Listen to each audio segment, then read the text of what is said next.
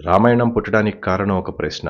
కౌన్వస్మిన్ సాంప్రతం లోకే గుణవాన్ కశ్చ వీర్యవాన్ ధర్మజ్ఞశ్చ కృతజ్ఞశ్చ సత్యవాక్యో దృఢవ్రతః చారిత్రేణ చ కోయుక్తః సర్వభూతేషు కోహితః విద్వాన్ కః సమర్థశ్చ కశ్చైక ప్రియదర్శనః ఆత్మవాన్ కో జితక్రోధో ద్యుతిమాన్ కో నసూయకః కస్య బిభ్యతి దేవాశ్చ జాతరోగశ్చ సంయుగే ఏతదిచ్ఛామ్యహం శ్రోతుం పరం కౌతూహలం హిమే మహర్షే త్వం సమర్థోసి జ్ఞాతుమేమం విధం నరం.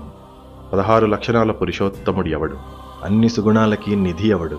కొండంత బలాన్ని సముద్రం అంత గంభీరంగా దాచినవాడు. ధర్మాన్ని దాటక నడిచేవాడెవడు? తాను చేసిన సాయం అల్పమని పొందిన సాయాన్ని తలిచే కృతజ్ఞుడు ఎవడు? ఎలాంటి కష్టంలోనైనా సత్యాన్ని వ్రతంగా కలధీరుడు.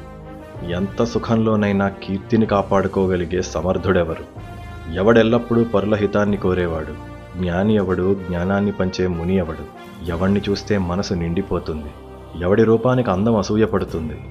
ఎవడు కదలని బుద్ధితో కోపాన్ని జయించినవాడు? వదిలిన అసూయతో స్వచ్ఛంగా జీవించేవాడు. వాడి ఆగ్రహానికి 3 లోకాలు కంపించి 33 కోట్ల వేల్పులు కదిలొస్తారు. ఆ మొనగాడు ఎవరు?